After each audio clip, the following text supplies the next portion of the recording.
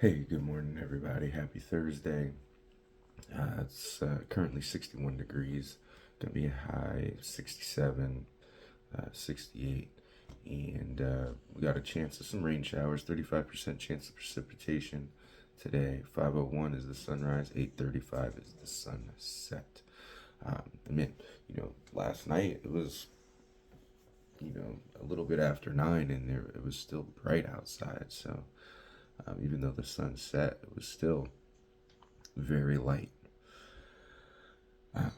So we're actually in a study of Esther, but we're looking at fasting at the moment because Esther calls for a fast, and um, she's fasting and to unify the heart of the people with her, and her servants are going to fast also. Um, and though it does not mention God in Esther, it it's to bring um, a peace, right? To bring peace with her and what she has to do, right? Bring peace to her for what she has to do and being obedient to where God has placed her and for what she's seemingly being called to do.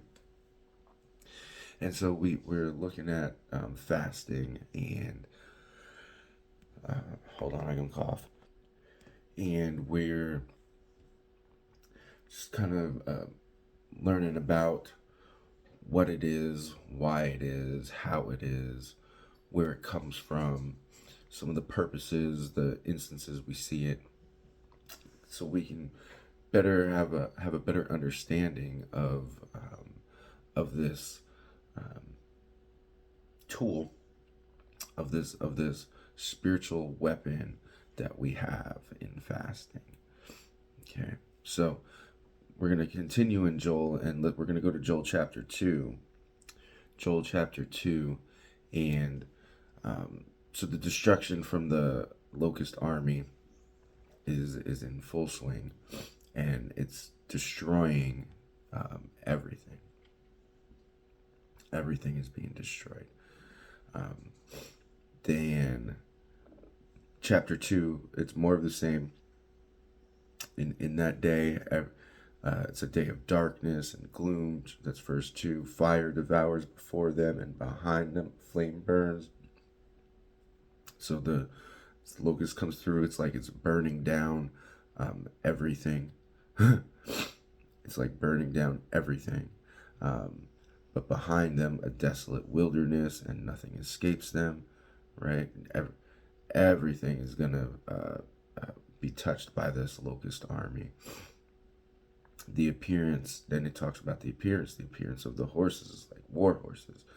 The rumbling of the chariots, that's verse 5.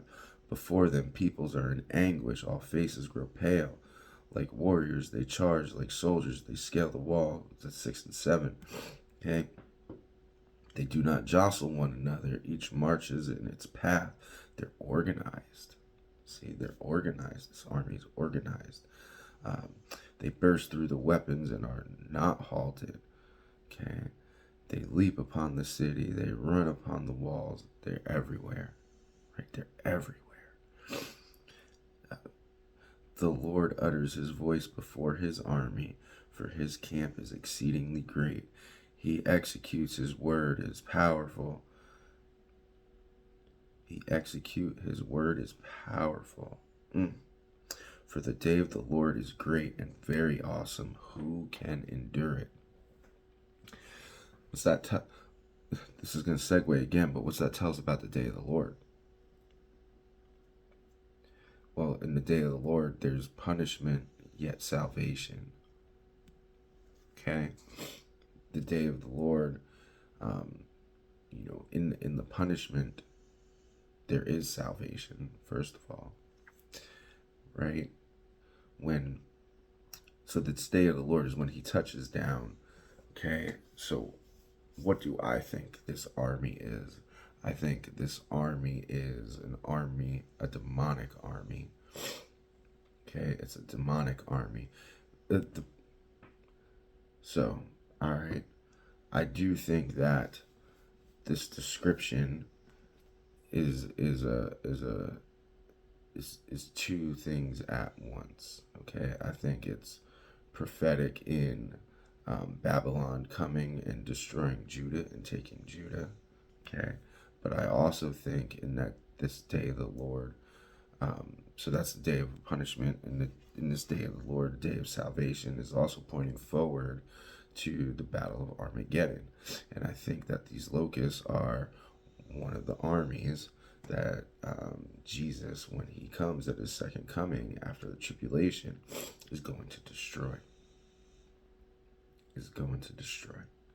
Okay, because remember, it's not a battle of the flesh; it's a spiritual battle, and the people armies in that time is also going to be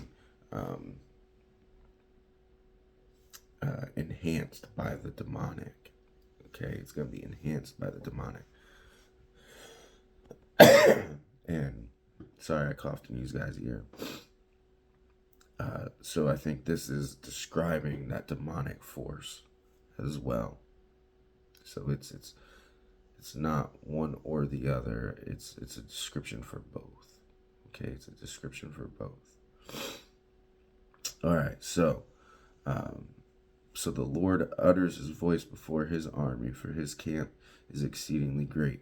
And which that just brought this thought to my mind. So in the Kings, right? Somebody's questioning, feeling outnumbered, and he asks, I think it's Elijah, asks the Lord to reveal his army to his servant to show him that they're not alone. And the Lord does, and the angel armies appear. Okay, so that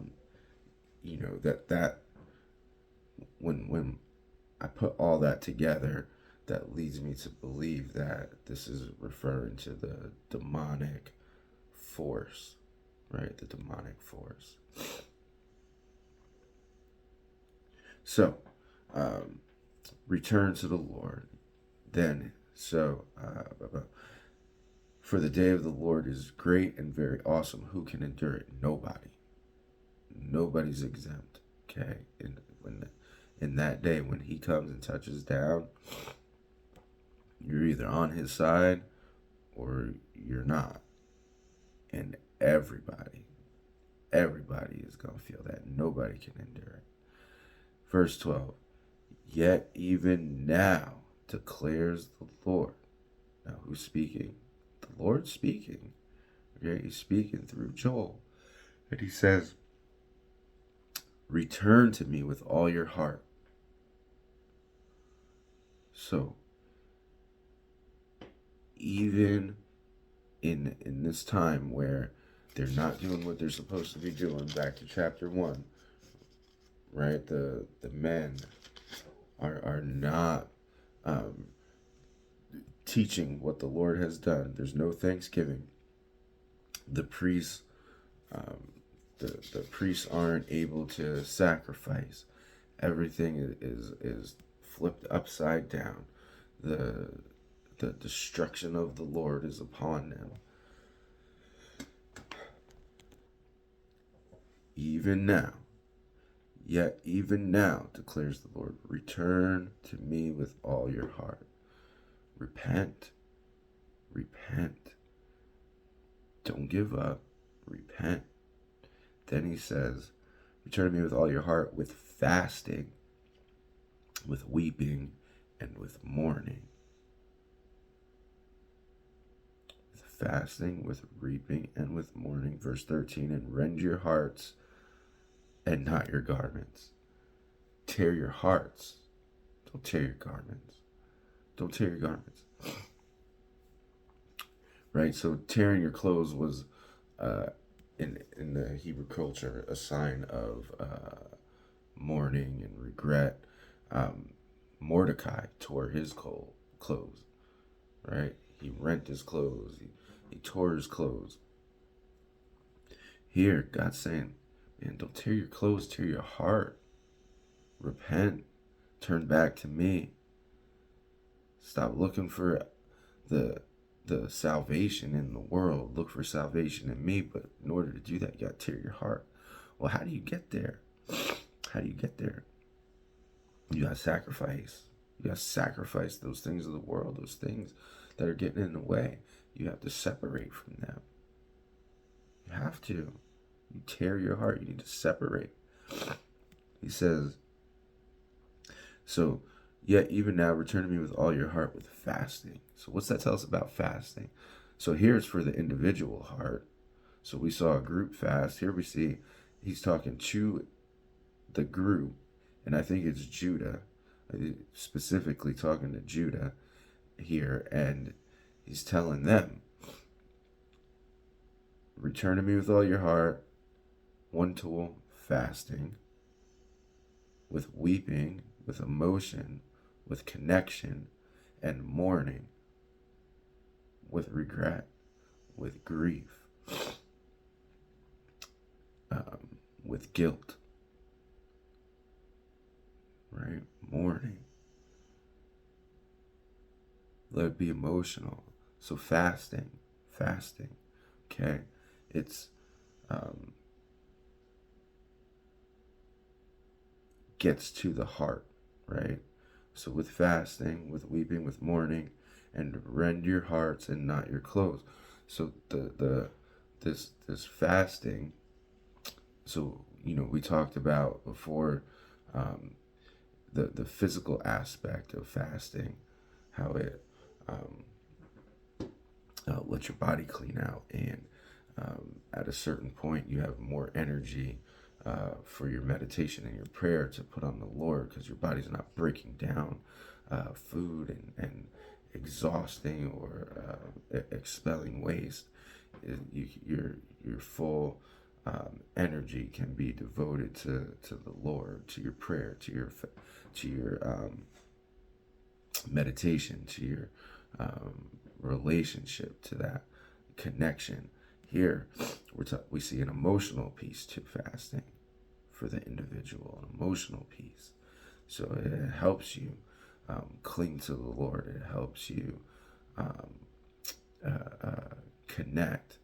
It says, and with weeping, so it helps you feel where you have, where there is separation from the Lord, right?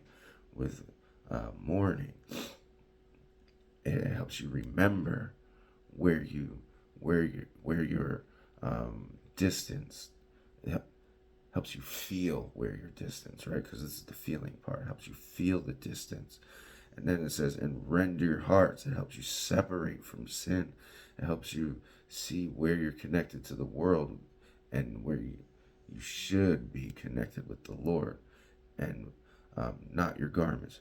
Then he says, return to the Lord your God, for he is gracious and merciful, slow to anger and abounding in steadfast love, and he relents over disaster. And he relents over disaster. So, return to the Lord your God, for he is gracious. So, that separation from the sin, that tearing away of your heart, that splitting your heart and tearing apart the rags, and getting rid of the old connection, and clinging to the new or renewed, rejuvenated connection with the Lord, right? Because that emotional connection is there, right? Using the tool of fasting, right? Using the tool of fasting. Now, with weeping and mourning, right? That connection, right? That kind of goes with prayer. We saw before, this type does not come out except by prayer and fasting. That prayer is your relational connection. So with weeping and mourning, that's your relational connection. You got your fasting paired with the relational connection. Even though this does not say prayer specifically, in that weeping, in that mourning, when you're crying and you're connecting with him, in that fast, right? That is your That is your relationship with him. It helps reconnect that relationship with him. Fasting's a powerful tool, y'all, to getting your heart back in line and communion with God, turning from sin and communion with God. That is what Esther's trying to do. She's trying to um, have that communion with God for what she has to do. Okay, for what she has to do. Commune with God for turning from your sin. Okay, and notice where it comes from again. It says, declares the Lord, return to me with all your heart, with fasting. The fast should be come from the Lord, done in the Spirit. All right, y'all, have a great day.